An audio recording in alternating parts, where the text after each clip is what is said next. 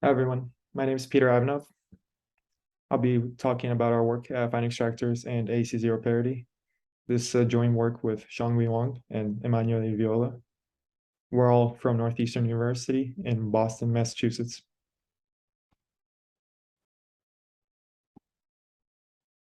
A core program in complexity theory is to understand what problems are efficiently computable and what problems are not. There have been many proxies taken for efficient computation, such as low-degree polynomials, low-space algorithms, polynomial time algorithms, and small circuits.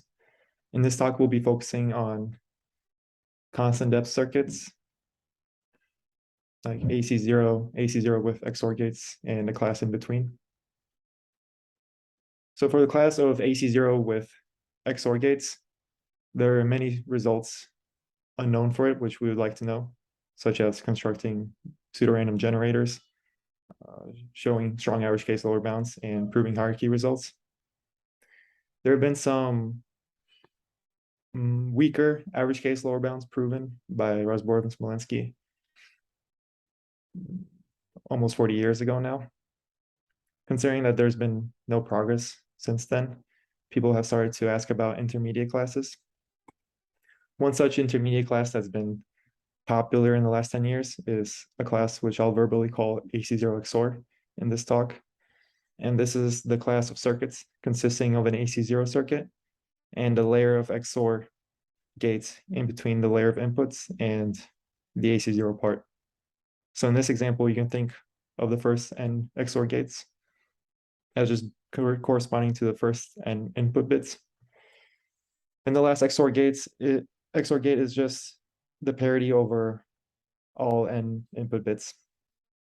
So the AC0 part can take in as input arbitrary parities of the input bits.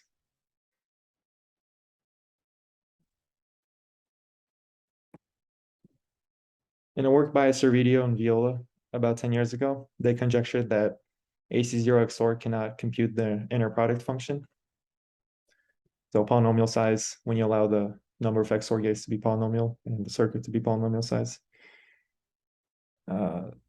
And it's not hard to see that inner product itself can be computed by an AC0 circuit with arbitrary XOR gates. When we allow an XOR gate on the top, these ANDs correspond to x1 times x2 plus x3 times x4 and so on. So the question now is, when we restrict these XOR gates to come just after the inputs, whether inner product becomes hard for this restricted class of circuits AC0 XOR. Next, I'll go over previous work on the inner product versus AC0 XOR problem. So in the initial work by Servidio and Viola, they showed that there are exponential lower bounds on depth 3 AC0 XOR circuits that compute inner product, and later an exact bound was given. Then it was shown that there is a quadratic size lower bound for depth 4 AC0 XOR circuits that compute inner product function. And these authors also showed a superlinear lower bound for general depth D AC0 XOR circuits. And more recently, in a work by Bonn, Kothari, and Tyler, this statement was improved to an average case lower bound. So depth D AC0 XOR circuits that approximate inner product also must have superlinear size.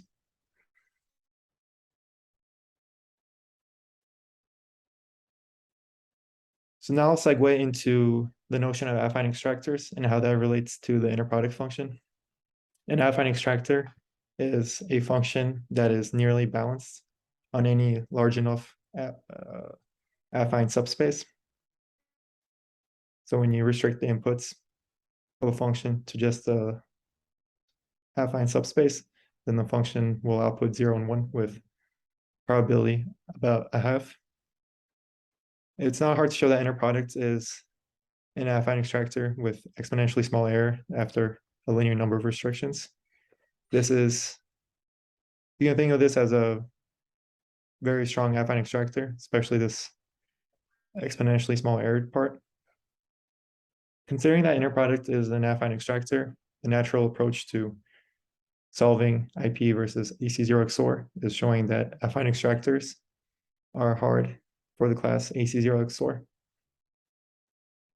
And to further motivate this viewpoint, the previous results we just talked about, they all implicitly work for affine extractors of exponentially small error as well. Considering this is the case, it'd be natural to try extend these results using the same approach. So now we're ready to talk about our results.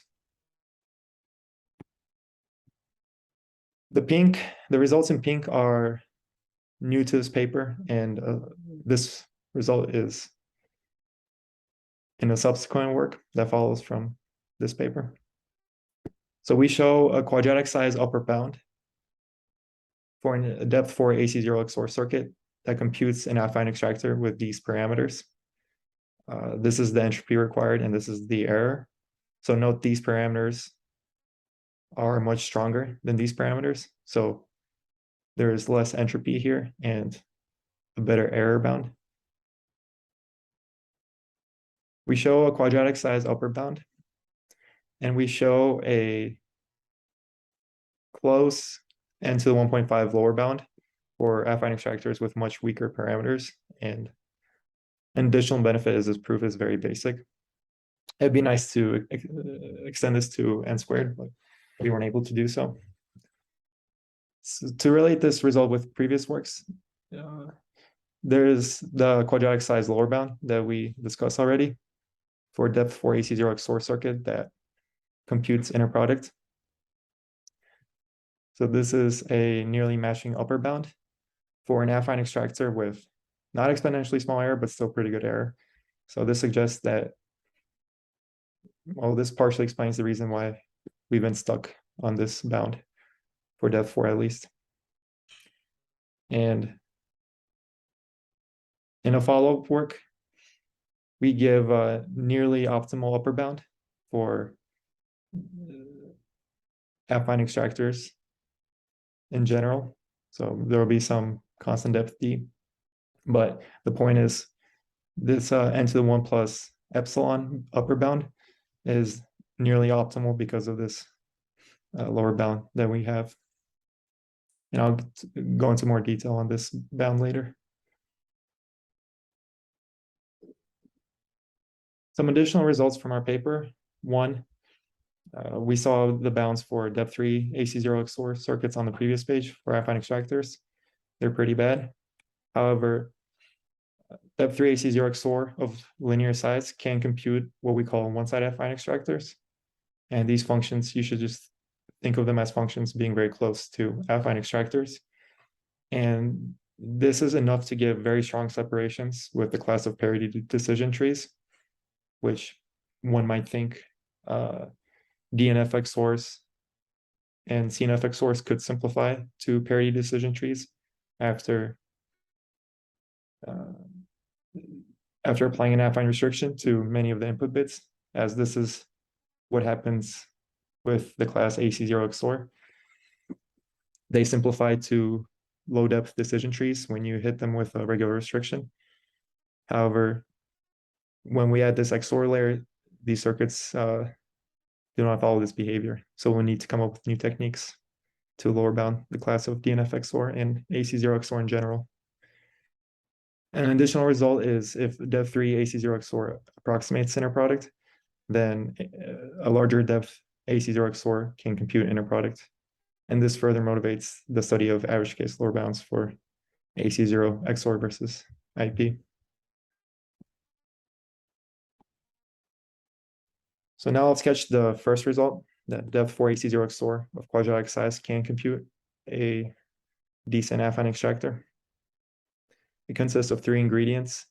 The first 2 ingredients are common in the extractor literature. The third ingredient is novel to our work. So a very high-level sketch of the proof follows by taking the resilient AC0 circuit from the first item and combining it with the XOR layer from the third item.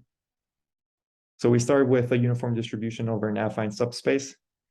This XOR layer converts that distribution into this quote unquote good distribution, which we'll talk about in the upcoming slides. And this resilient circuit C extracts from this good distribution. Hence, we get an affine extractor. So this slide explains briefly what the first two ingredients are saying exactly. So we start with a depth 3 AC0 circuit that's very resilient. This is from a beautiful work by Adstein and Lineal in the 90s. A resilient function is simply a function that's fixed with high probability after uniformly fixing a large set of bits. So there's a small set of bits that can arbitrarily take on arbitrary values depending on the assignment here. But the point is these resilient functions will be fixed to either 1 or 0 with probability around a half if this large set is uniform.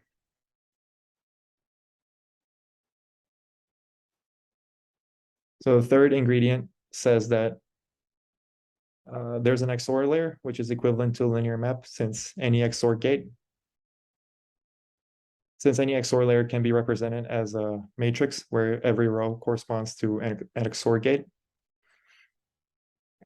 So there's this linear map M such that for any k-dimensional matrix V, which corresponds, this V times X corresponds to uniform distribution over a subspace, as every column in V, you can think of every column in V corresponding to a basis vector in the subspace.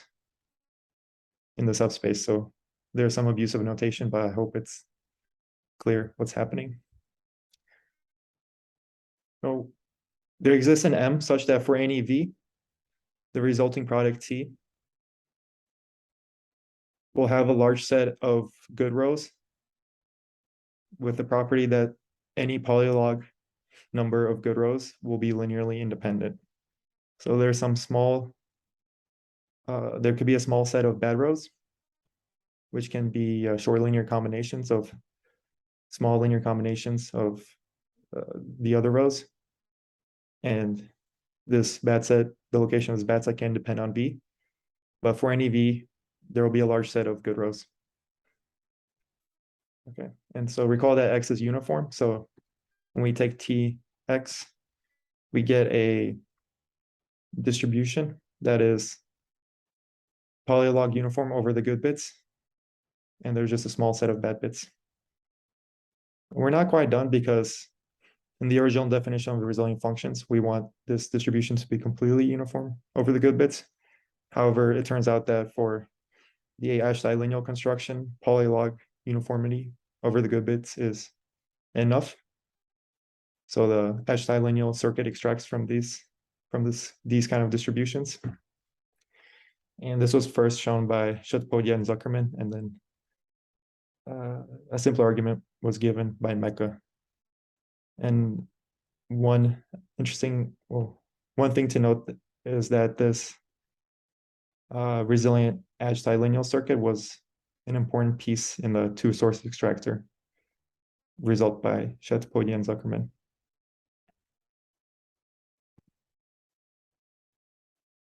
So next I'll talk about some open problems that follow from the first sketch that we just talked about. Perhaps the most immediate one is whether the XOR layer can be made explicit.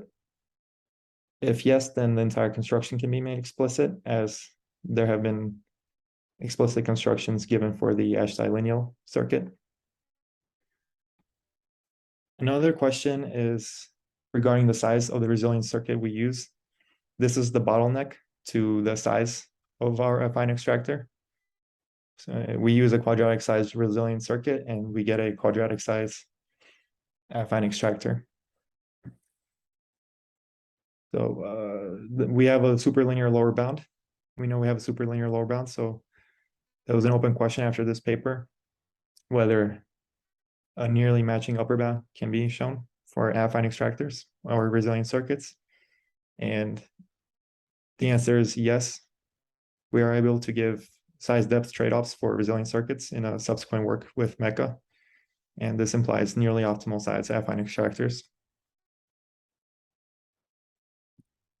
So next, I'll very quickly sketch the second result and talk about some additional interesting things that arise from it. The sketch is very similar. The only thing that's different here is the resilient circuit we plug in. Instead of the edge side lineal, we plug in the tribes function, which is not exactly resilient, but it's what we call one-sided resilient, which I'll define on the next slide. So the high-level sketch is same as before. We take tribes, compose it with this XOR layer, and we get a one-sided affine extractor, which I won't define, but it's a fairly natural object. This one-sided resilience property is just the property that if you fix most of the input bits, then tribes is fixed to one with high probability. And this follows as if you randomly fix most of the terms, then there is a significant probability that one of the terms will be fixed to one. And then the entire tribes circuit will be fixed to one, no matter what the other inputs do.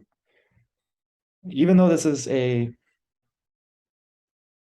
simple property, this was used in another work to disprove a very interesting conjecture on resilient functions being average case hard for low degree polynomials.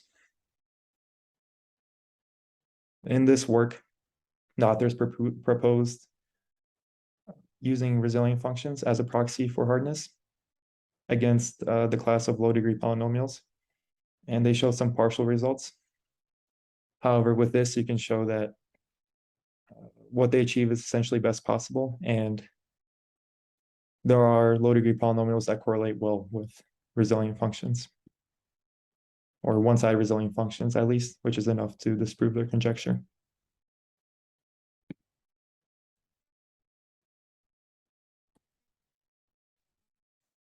To summarize everything we talked about, the initial goal of this project and what we like to show in the long term is some new lower bounds for the class AC0 XOR, since we're seemingly stuck on the class of AC0 with arbitrary XOR gates. One concrete problem that's been studied much in the last 10 years is the inner product versus AC0 XOR problem. It's conjectured that inner product is hard. And considering this approach and the fact that inner product is an affine extractor, one would hope to prove lower bounds in that way. And this is how the previous lower bounds in the literature have been proven. Our result says that AC0 XOR can in fact compute affine extractors with nearly matching bounds as the lower bounds known in the previous results. Our results say that lower bound techniques such as restriction-based arguments fail for AC0 XOR. It fails even for the class DNF XOR. So for these classes, we'll need new tools, and perhaps we can focus on the class AC0 XOR to try to prove some new average case bounds or to come up with any sort of new techniques.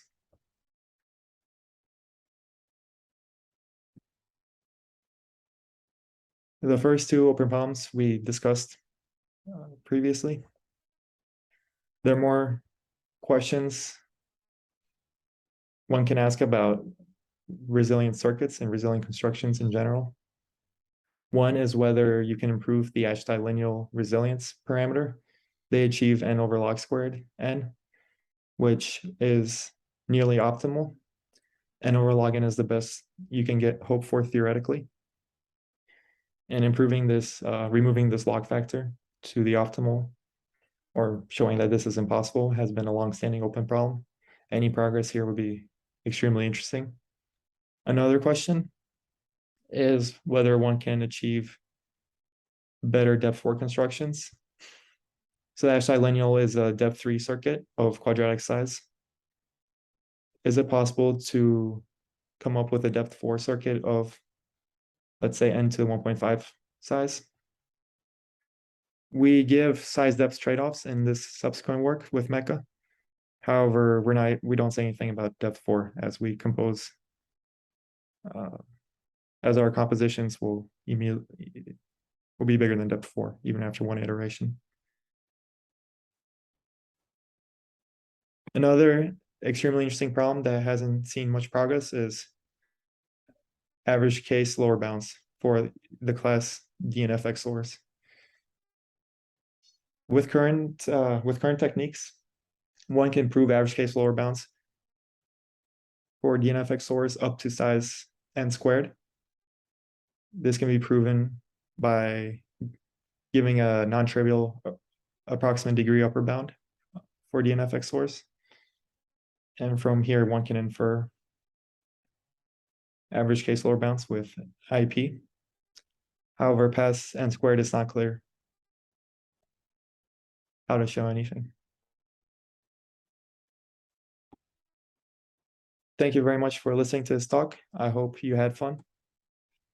If you have any comments or questions, please feel free to reach out.